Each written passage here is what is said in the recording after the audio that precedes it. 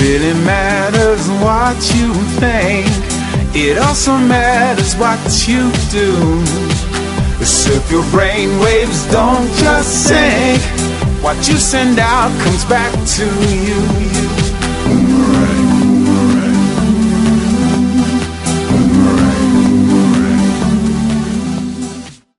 G'day Australia, good evening Internet, and top of the morning Governor to our friends from jolly old England. Welcome to the Wealth Boomerang Show. This show is not just about the money. The real question is, what is wealth and what does wealth mean to you? If you're already a billionaire, all you lucky people, you may desire additional time to spend with your loved ones. A sick millionaire may wish to give all their money for good health. Some people may want a deeper, more fulfilling spiritual connection. Sometimes you may even be tempted to give away everything that you have for the right relationship.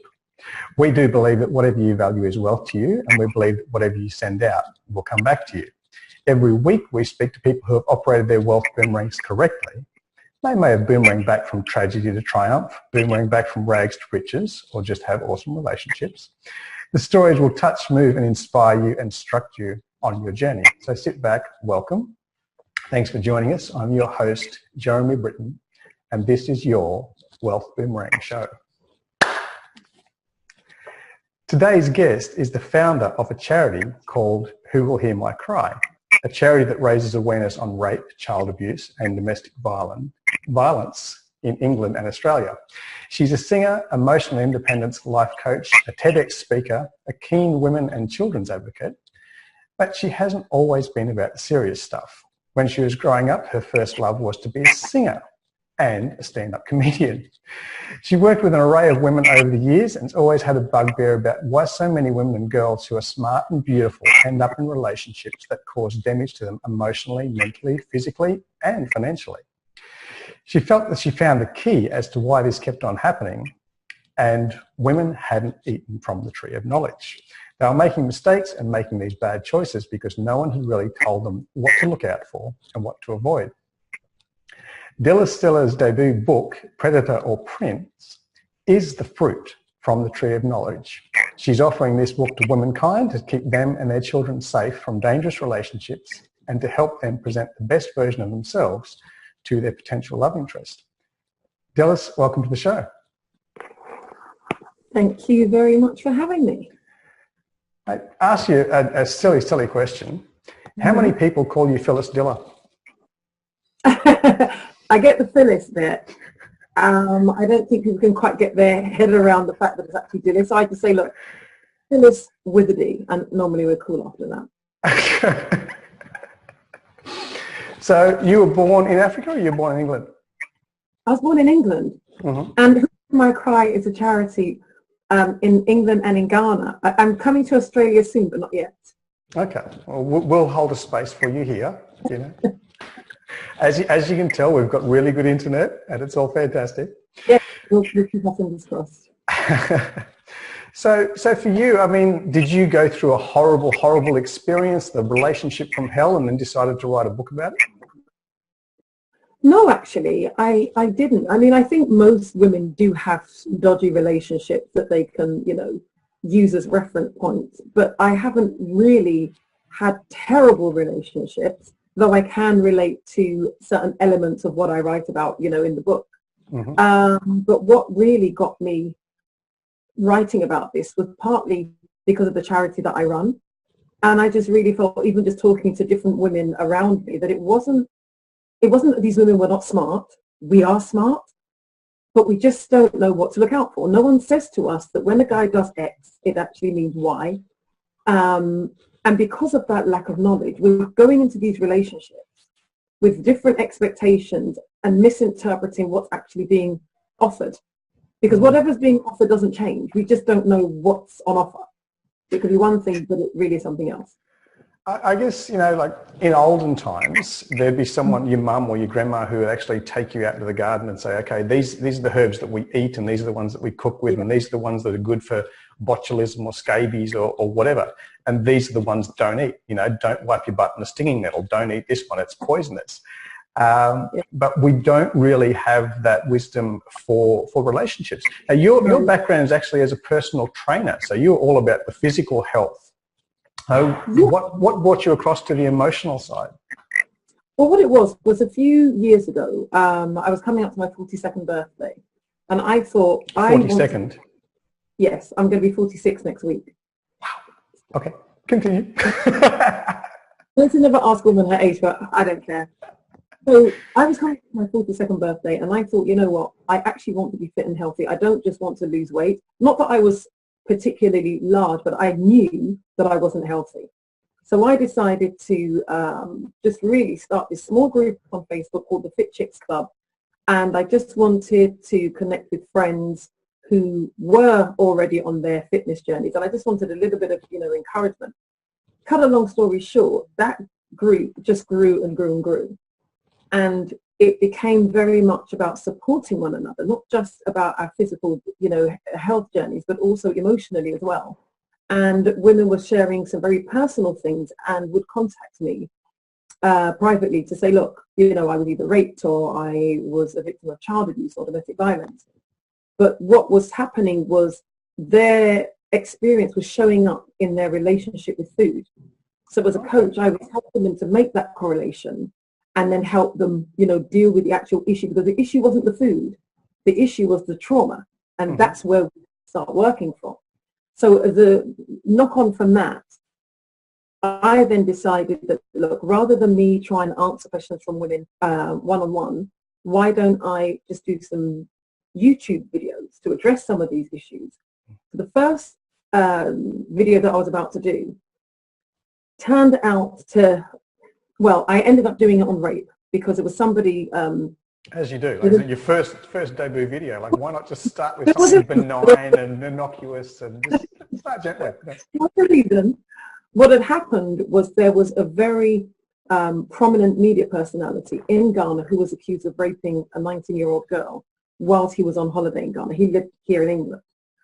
And I was quite appalled at the attitudes, particularly towards this 19-year-old girl that had been raped. And I realized that actually you guys have got no clue as to what rape actually is and what it isn't. So it was through addressing that. I mean, all sorts happened. I mean, the family of the accused started to threaten me, and I had death threats and all this rubbish. I'm really not one to threaten, so, they kind of found that out the hard way. Don't threaten the tough personal trainer. Well, I just don't do bullies in any way, shape or form. I was so not having it. And then what happened was other people started to come out of the woodwork. And I just felt that, well, I can't stop now. Where do these people go? I mean, I'm having people say that, the first person that I've told ever in my life. And that's how Who Will Hear My Cry started. So that's kind of a bit of a background as to where I was and where I am now. Okay. I mean, that's probably not the first time that I've heard the emotional eating thing. And a lot of people say, well, I eat because I'm bored or because I eat because I'm lonely. But you're talking about some really deep psychological traumas and things like that. So how many times would you have seen this sort of pop up before you finally went, okay, I'm going to do something about it. I'm going to build an empire? I think it was really about that rape case. That's what did it for me, because I thought, hold on, there are so many people, and that's why it's called Who Will Hear My Cry. And I think I was literally having a conversation. And I think I said, well, who's going to hear the cry of these people? And like, bam, that's what I'm going to call it. Because that's exactly what's been happening. These women have been crying out. These children have been crying out. And nobody has heard them. And I think it was just the fact that I knew that they needed somewhere to go that was non-judgmental. And sometimes due to certain cultures and what have you, it's very judgmental. I mean, this 19-year-old girl was called a whore. Oh, these girls nowadays, they're gold. I mean, the guy was broke. He didn't have any money anyway. He just needed personality. I had a lot of information on this guy. He was a wealthy person, but the whole focus was on her. And I'm like, the guy's 49, for God's sake. She's 19. His kids are older than her. I can't quite understand why the whole focus is on her. Well, it turned out because of, Ghana isn't like Australia or England. You don't have that kind of, censorship when it comes to victims of rape and that kind of stuff. So her medical records were released. And it was that she was actually a virgin. Wow. And ironically, the poor child had never even had sex before. And how you berated her vilified her. I mean, what wasn't she called? And I felt that I was doing a disservice to, you know, a lot of women if I didn't stand. I mean, I'm pretty hardcore, so I'm not somebody that you can bully. I would not shy away from standing up for what I believe in, or for justice, what I feel is right, you know. And I felt that if I was the person, by a sheer fluke or whatever you want to call it, destiny, fate, whatever, to be the voice of these women, then that's exactly what I was going to be. And that's why I am where I am now. Fantastic. The passion's coming through, and I realise it's actually after midnight in the London studio there. So and you've had a 3-hour speaking engagement before you came here. Passion. You're still fired up. So you're sort of standing up on behalf of these women. Understand there's women who have had bad relationship after bad relationship after bad relationship. And I can't believe that every man out there is a beater or a cheater or a whatever. But sometimes you hear a woman who, like, her last 3 boyfriends beat her up, or her last 3 boyfriends cheated on her. So why do women fall into these patterns?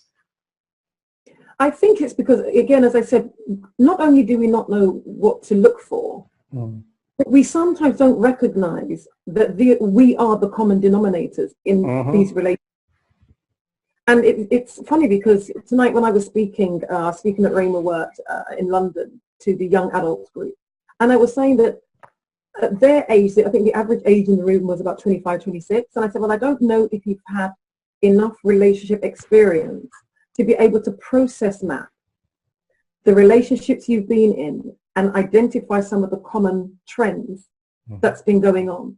Because when you're able to do that, you're actually on your way to solving the problem. Because sometimes women don't know that this is how they show up. How we show up in relationship, we don't always know. And I think that it takes a conscious effort to sit down and be very self-reflective, be very honest with what you see and start to deal with it. And it's not easy because sometimes the behaviors are there for good reason. Things, you know, we've gone through certain experiences and it could be anything that makes us show up in a particular way. And I promise you, sometimes, many a time, these women just don't know. They don't recognize what the patterns are. So we're talking 2 things. We're talking the patterns that they'll recognize in other men and say, okay, if he does this, then he's probably going to be a rat bag. But also the patterns in themselves, and looking at themselves and says, okay, what is it about me that always attracts someone who's like that? So very interesting case study. Question for you, just out of left field. Obviously a lot of women buy the book, a lot of women benefit from the book, but what do you think is in the book for the men? Quite a lot. And I'll tell you why I say that. One of the things that I talk about in the book, in fact, where the book starts from, is from a very self-reflective perspective.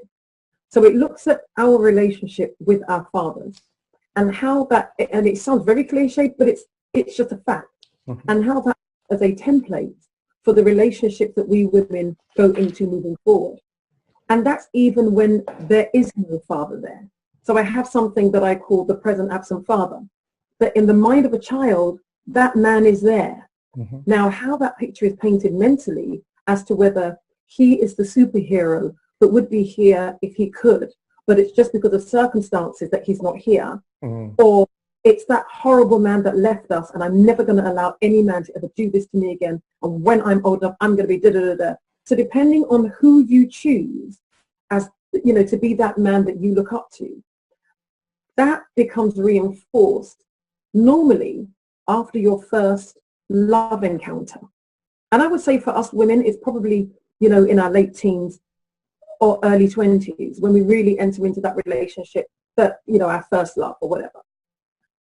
What is important is if that relationship does not end in a way that was on our terms and reinforces that type of rejection that we had in the beginning, it kind of solidifies everything that was wrong.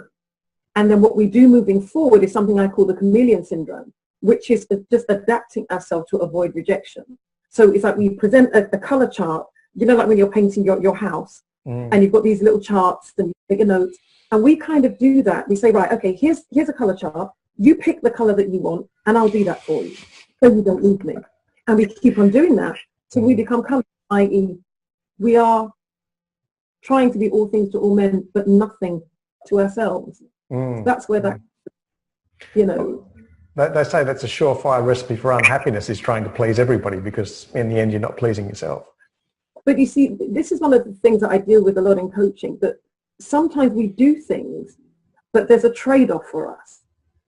So in that scenario, the trade-off is, well, at least I'm not alone. And as ridiculous as it sounds, that woman feels, well, at least I've got somebody. At least I'm not by myself. And that makes it okay to suffer emotionally, you know, mentally, and to the point where you don't actually exist enough to even object to it.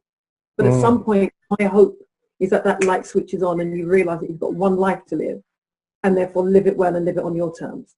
So, you know, that's kind of where we go with that. Do you find that's an issue that's for the boys as well? Or they stay in a relationship that's a bad relationship because, well, at least I've got someone to come home to, even though she's nasty and horrible, and maybe she's a beater, maybe she's a cheater, maybe she's whatever? I don't think it's the same for men to that degree. Because emotionally, what we use to validate ourselves is quite different. So, for example, and I mentioned this in the book as well, how boys respond to rejection is slightly different. You guys go more on a power trip. And yes, some women do that, but you guys just become a little hardened. And I tell a story in the book of an ex-boyfriend of mine, where we were sitting down talking about something, and I noticed that he had this chain around his neck that I really didn't like. It looked just so dingy. I didn't really see the point of him wearing it. So I asked him, you know, what's with the chain? And he got very, you know, emotional. And he said he got it from his ex-girlfriend, and they broke up, and it was very painful. And so I'm thinking that maybe it was the girl that he was dating before me. Now, he was 23 at the time. I was like 19. He said he broke up with this girl when he was 12. And he sat bawling his eyes out. He was crying at his recollection of that experience. Totally bizarre. But and I shared this again with the group that I spoke to this evening. And I said how those broken relationships manifest themselves, from my experience with the numerous guys that I've spoken to, is there's one of two things or both that happens. Either they are emotionally unavailable, or they are extremely promiscuous, which probably ties both of them together. But in terms of being emotionally available, no. Primarily because of that first love encounter and that woman breaking, or that girl breaking their heart. I kid you not, 12. But he's not the first. Or maybe not that young, but clearly those emotions were enough for him to recollect them at the age of 23. Crazy. Wow. I'm just trying to think of some of the experiences I had when I was 12. I don't think I had the emotional capacity to feel some of these feelings. So allowing the 12-year-old me to run the next 20, 30 years of my life would be maybe a little bit not helpful. Yeah. It kind of took me aback too. So there's a lot of tips and techniques and strategies in the book. What do you think is one or two of the most powerful strategies for reframing how things were, perhaps the damage from when you were 12 or when you were 6, or, you know, my dad didn't love me or my mum wasn't there, or what's the most powerful strategies for moving on and changing that script? I think there's no quick fix. I think you have to come to a place where you are able to recognize the things that do not make you happy, the things that don't serve you, and really sit down consciously to look at yourself and see where those emotional potholes are, how they came about, going back and then seeing how best you can fill them. And sometimes you may need some external help to be able to help you see that. So, you know, I've had a couple of clients that when I've asked them what their first love relationship was like, they were dumbfounded at the issues that came up and how they played out certain things, you know, moving forward. And I sometimes am taken aback because they're pretty heavy things. I mean, because of confidentiality, and I don't know whether the person would watch this, I can't give too many details.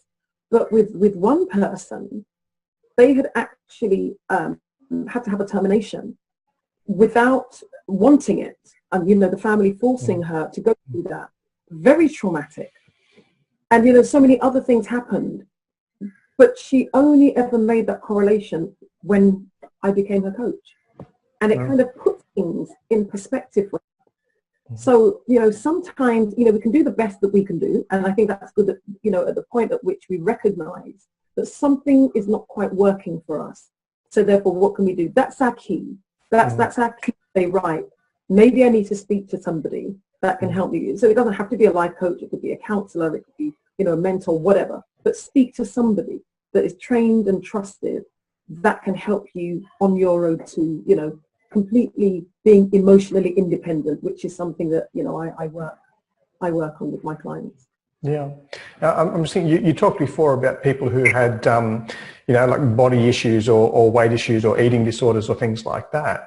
But I'm now thinking there's people out there who maybe gamble too much, or people who spend too much, or whatever. There's other things that are showing up in their life that they may not actually identify, oh, this is because of an emotional issue, this is because of a relationship issue, whether it's a relationship with themselves, with their partner, with their dad, with their mum, whatever. How many of these would you say are actually caused by emotional wounds or by relationship wounds? I would say a lot of them, because if something isn't a foundational thing, it won't keep repeating itself. It would be a one-off. But if you find that this is how you're showing up time and time again, then there is a fundamental problem that you haven't quite dealt with, maybe because you haven't identified it. But you're going to, as I said, it has to be a very conscious thing where you sit down and look at what keeps being repeated. So, for example, I shared with the group that, you know, when I decided that I wanted to get married, I thought, I want to be the best wife that I can be. Therefore, what are the things about me that aren't great? Now, obviously, there weren't very many. But one of the fundamental things about me was I'm not a nagging woman. I say it once, twice, 3 times, and I am gone. And when I mean gone, I mean literally. As in, if you get a phone call, you're lucky. I'm gone. Vamoose. Vanish. And I realized that, I realized years later what it was. It was a vulnerability issue. I don't want to be vulnerable to it. But I realized you can't do that if you want to get married. Unless you want to be like Elizabeth Taylor and be married multiple times. You can't do that. You've got to learn. It wasn't so much the compromise. I had no issue with compromising. I'm very much a negotiator. But I didn't want to be vulnerable and trust you to do something that you say you will do and then fail. So I will make that decision for you. And I just won't be there, in which case there won't be a problem. But I couldn't do that in marriage. So I had to look and say, well, what do I need to work on and where does this come from? And I had to deal with that. So for somebody else, it could be an anger issue, that you're always so bloody angry. Well, why? You can't do that if you want to have a peaceful home. You know, or the fact that you keep on cheating on your partner. What is it?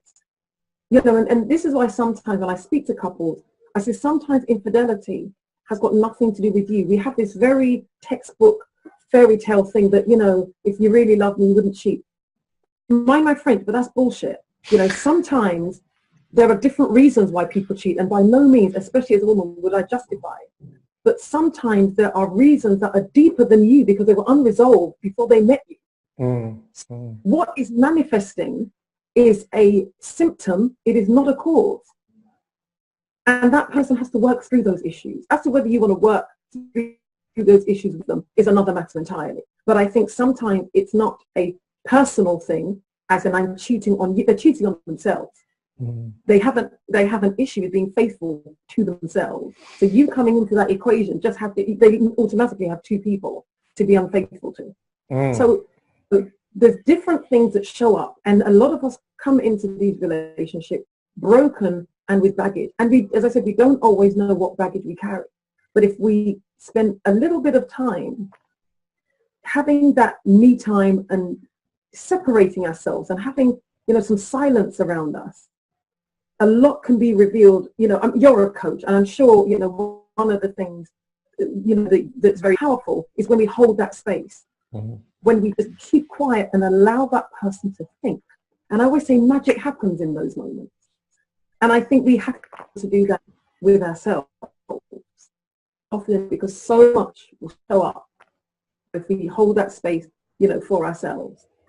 I like how you're talking about, you know, a bit of meditation, a bit of introspection, because there's a lot of people out there who say, you know, watch out for this red flag, and if a guy is rude to the waiter, then he's probably going to be a horrible husband, and if he's mean to the dog when the dog pees on the carpet, then he's probably going to be a horrible husband. So the women are sort of out there looking for like bad things about guys. You're actually talking about, first of all, look at yourself. Like, you wanted to look at yourself and say, okay, what's bad about me that I need to work on first? I think that's fantastic, because all work starts from within, right? Absolutely. It sounds so cliche and so corny, but the fact is you will attract who you are. It's a fact. If you're well balanced, emotionally in control, there's certain types of men that you won't attract. Any guy that's a gaslighter, i.e. somebody that wants to play with your mind, you know, mentally and think you're crazy, isn't going to come for someone like me. You'd go mad before I do. You know, it's not going to happen. Because I'm just not, I'm not in that place. And I'll be too much like hard work. And that's just a fact, because you're going to see a woman that is confident, she knows who she is, and she ain't going to take any crap. And that's the bottom line, you know, more being in that safe place within myself and having that emotional independence, that the decisions that I make, they are well balanced, they're well thought out, they are, you know, systematically analyzed. I'm not just doing things on a whim or just purely being led by my emotions or my past bad experiences. So when you are in that place, a guy that will come in, even if he's been able to trick you for a moment, the moment you see what shouldn't be seen, you're gone. What happens is when you stay there, that's the evidence and the proof that you're not quite there yet emotionally and mentally. Allow such a person to remain in your space. So if ever you can it, you have to.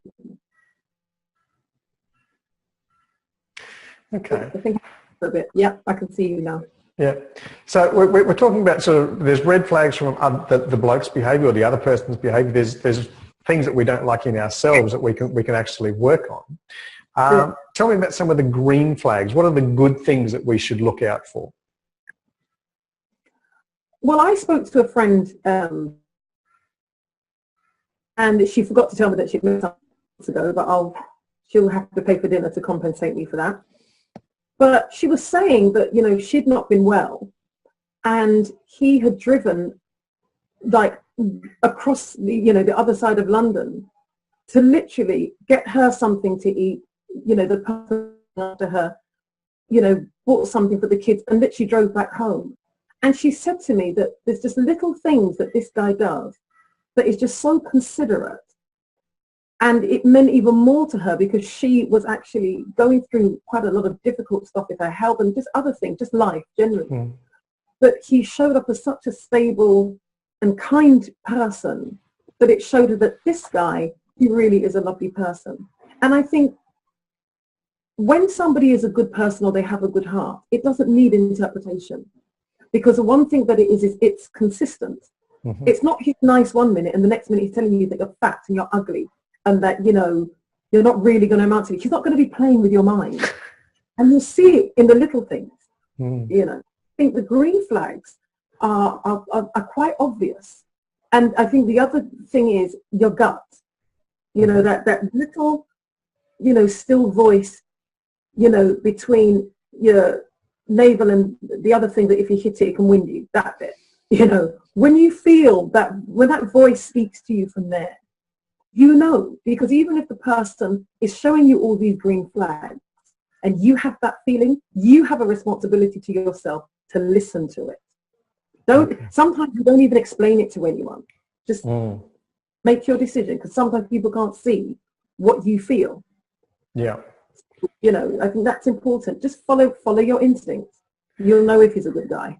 And this is again we're generalising and being sexist about the boys and the girls, but men tend to have fewer social circles and fewer boyfriends that they talk to about their emotions and their relationships and that sort of stuff.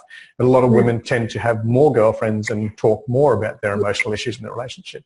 So to what extent, like if your gut's saying, I'm not sure about this guy, but all of your friends are saying he's wonderful, or if your gut's saying that he's wonderful, but all your friends are saying maybe he's not the one, what would you do in that situation? I think, let's be clear, I don't think that sexists speak about their emotions as much as women. We're just designed differently, and I'm so not politically correct in this thing that, you know, we're all the same way. It's just it's crap. I'm sorry. You know, we are different, and it's a great difference, and we're different for a reason, and that's what makes the world beautiful. The fact that we are different. And I think more women should celebrate that and respect it, and I think more men should as well. But I think that's the problem, because, for example, when you have these men that are absolute experts at masquerading as princes when they're really predators, other people aren't going to see it. There are men that have sexually abused children. You know, there are men who beat their wives, but nobody would ever know, because they are the of the community. They are so respectable. I mean, gosh, you've got people in churches abusing, you know, children. You can't get higher than that. So you have to trust your instinct. If you're feeling that something doesn't quite add up, then it doesn't add up. Don't question it. Just believe it, because in time you will be proved right. And yes, it is difficult when he's good looking. You know, he's spoiling you and blah blah blah, and all your girlfriends think he's absolutely wonderful. They're not dating him, and if the proverbial hits the fan, it's on you. So you've got with big girl knickers and say, well, actually, no, I don't like him. Hit the road, Jack. End off.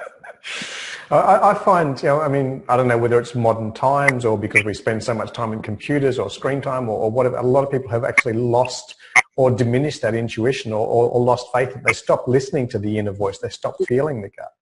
Yeah. So what sort of tips and techniques do you have for people to get back in touch with that inner knowing, the inner intuition? Get back with yourself. Once you get to know yourself, you're happy. I'll tell you, you know, a bit of an example here. When I was younger, I used to say that I absolutely hated being on my own. And I thought it was actually cute. Oh, I've always got to have people around me. I thought it was cute. And I started to, you know, increase in brain cells and get to know myself as a woman.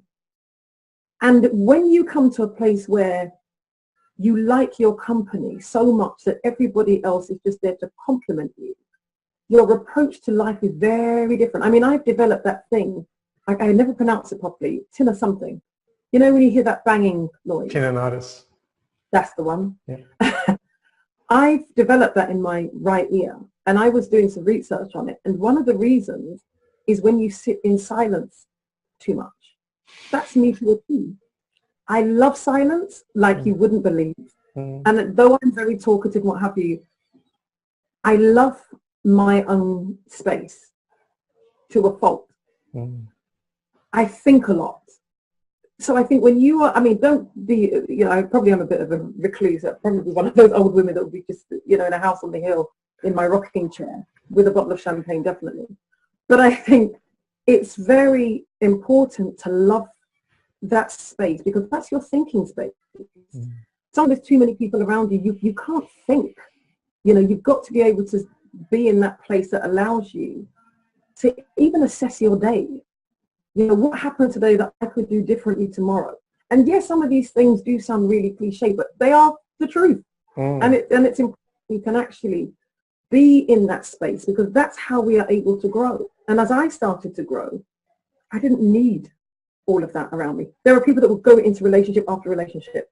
There is no place because they do not like to be on their own. It's a dangerous place, very dangerous. Yeah. You know. Yeah. So when you sort of push everybody out and have your quiet time, like how do you deeply go within yourself? Do you do yoga? Do you swim? Do you meditate? What's your inner stillness?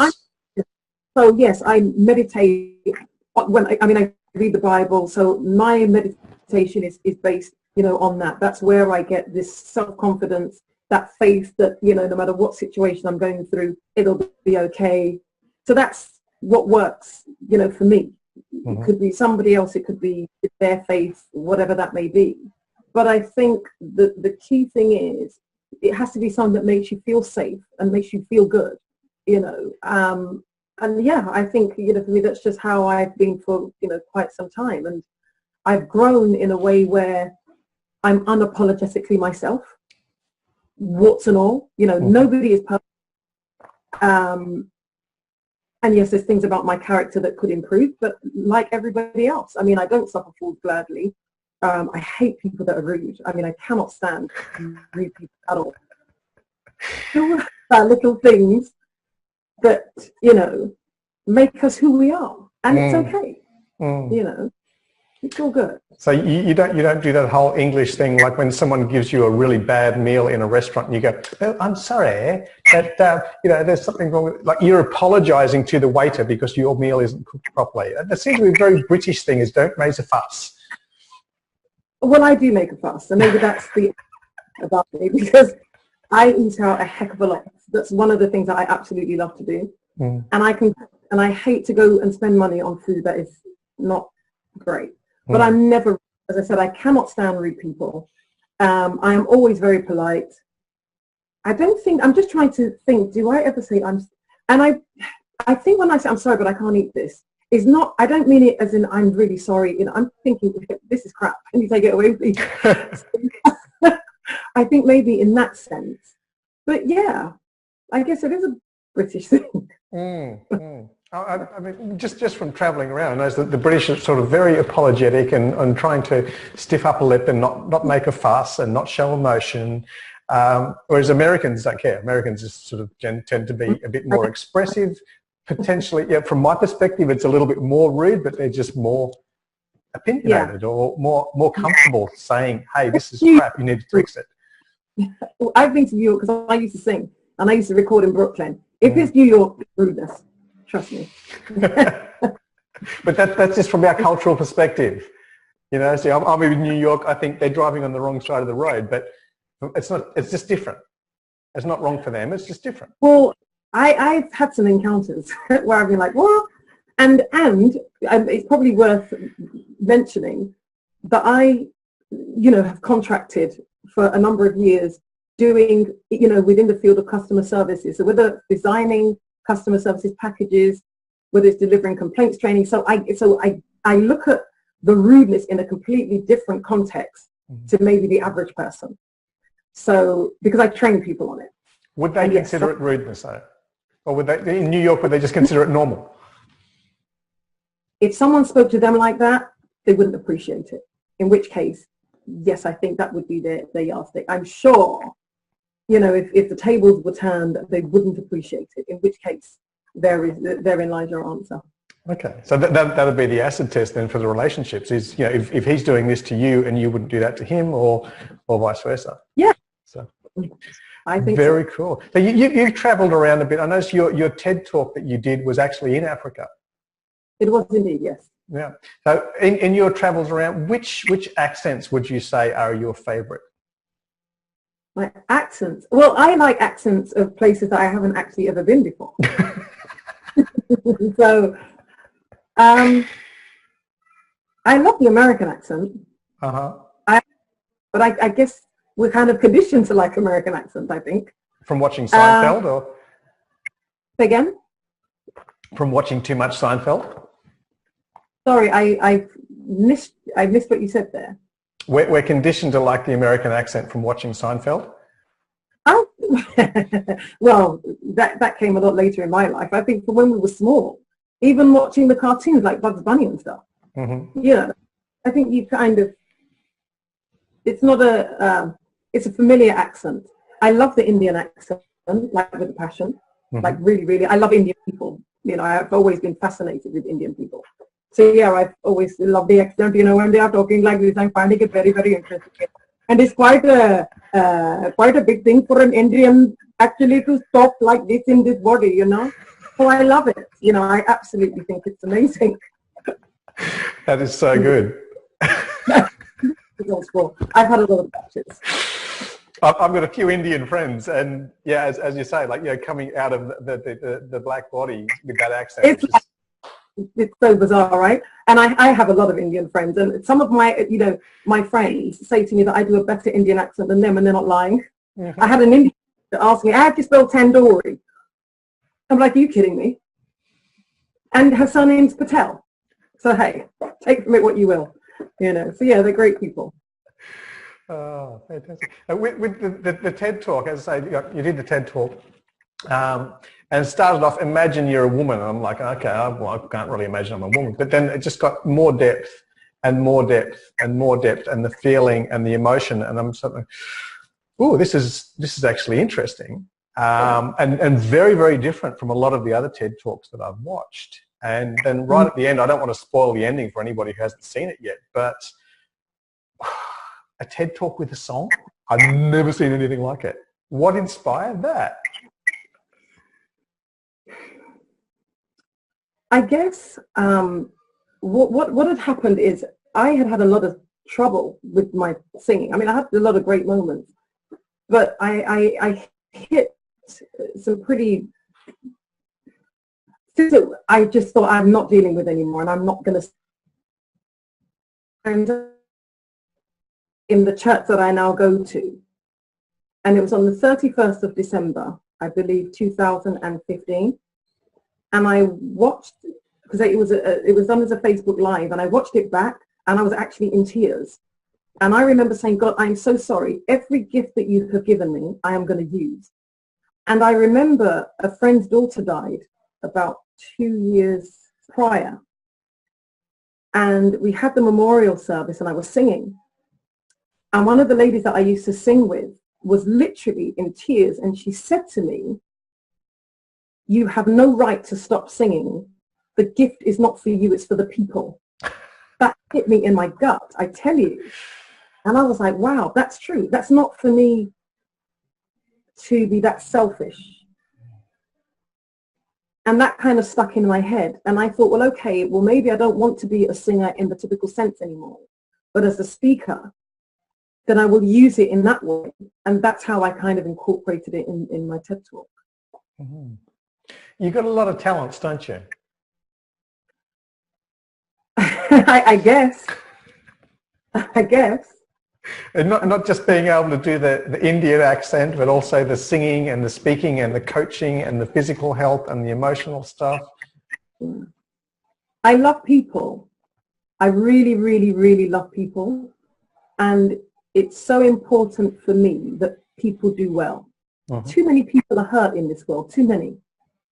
And there's too many walking wounded that don't even know that they're wounded because it's inside. If you cut your hand, you know that, ouch, it hurts there and it's bleeding and I need to treat it. But people that are hurting here and here, there's too many of them, too many of our children that grow up into, you know, walking wounded adults. And I just feel that if there's anything that I can do to help ease that, then that's my calling. That's what I need to do. Well, the book is a big help. The TED Talk is a big help, and obviously the coaching that you do on an ongoing basis is a big help. There's so many things that are socially acceptable. You know, obviously, you know, it's not socially acceptable to be shooting up heroin in the front of a room. But there's a lot of other people who, as we said before, you know, may be addicted to coffee or cigarettes, addicted to alcohol. They may be addicted to overspending or overeating, and these things seem to be socially acceptable. So you don't start to examine what's at the core of that. Yeah. What do I need to heal so actually this symptom doesn't show up in my life anymore? So, fantastic. I'd love to spend another like 3 or 7 hours with you and working on some of these issues, because there's so much that you've got that will help so many people. I understand you're going to give us a couple of prizes for our lucky viewers today, so some people can actually get a copy of your book. Is that correct? Yes, so this is the book, and I don't know whether it's going to be back to front because, you know, that whole mirror thing, I never could figure that out. But this is a cover of the book. So, so for the first 2 people that go onto my website and send me a message with their address in it and any message they would like me to write in the book, I will post them a copy to wherever they are, obviously free of charge. And I will also offer the first 2 people that book to employ me as their coach, not only will they get a free, hours consultation, but I will give them a special price for being the first 2 that have listened to this show and are quick off the mark. So yeah. Very cool. Very cool. So a couple of people out there, if you're quick, then you can jump in and get a signed copy of the book, which is going to be worth millions and millions of dollars. The website is dilysillah.com, so it's DILYSSILLAH.com. That's 2 S's, 2 L's. Make sure you spell that. Don't call her Phyllis Diller because she'll get cross and she'll write your name wrongly in the book. He's a darling. Dilys, it's been fantastic chatting with you today. Really appreciate your time. Thank you for the great work that you do. If you go to the website, again, if you missed out on the book, that's okay. You can still buy copies of the book and you may still be able to get them signed. There will be links on... I just did it myself. There will be links on Dilys's website to the TED Talk, for those of you who are interested in hearing the TED Talk. It's very fascinating. And also to her charity organisation, Who Will Hear My Cry. So if you want to get behind that, perhaps get involved, donate, find out more about what they do, because this is an issue that affects all women, whether they're this big, or mums, women's, children's, everyone. So thank you very, very much. Thank you so much for having me. Thank you. And thanks to you at home for watching the Wealth Boomerang Show. Every week we profile someone who has boomeranged back and created their own wealth in their own way. So Dilys is now happily married, has a couple of children. Your husband is Eddie, I believe? Yes, he is indeed. Good. Make sure I don't mispronounce that name. And next week we'll have someone who's an awesome guest, not necessarily on relationships, because as we say, there's wealth in all areas. So feel free to jump onto the Wealth Boomerang Show on the website, wealthboomerangshow.com, jump onto the Facebook group, suggest some guests that you'd like to see, perhaps ask some questions of the guest if there's something that Dilys, you might like her to touch on. Absolutely. Book in to watch the next show. Remember, what you send out comes back to you. Your wealth is whatever you value, and your wealth is whatever you say it is. Good night, Brisbane. Good night, London. Good night, Ashley, my rose. Daddy loves you. And see you next week for another Wealth Boomerang Show.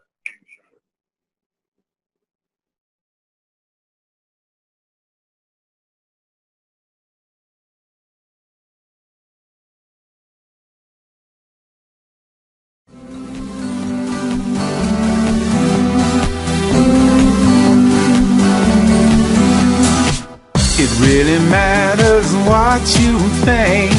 It also matters what you do. So if your brain waves don't just sink, what you send out comes back to you. Boomerang, boomerang. Boomerang, boomerang. Your head is there to dream your dreams. Your feet are there to follow through.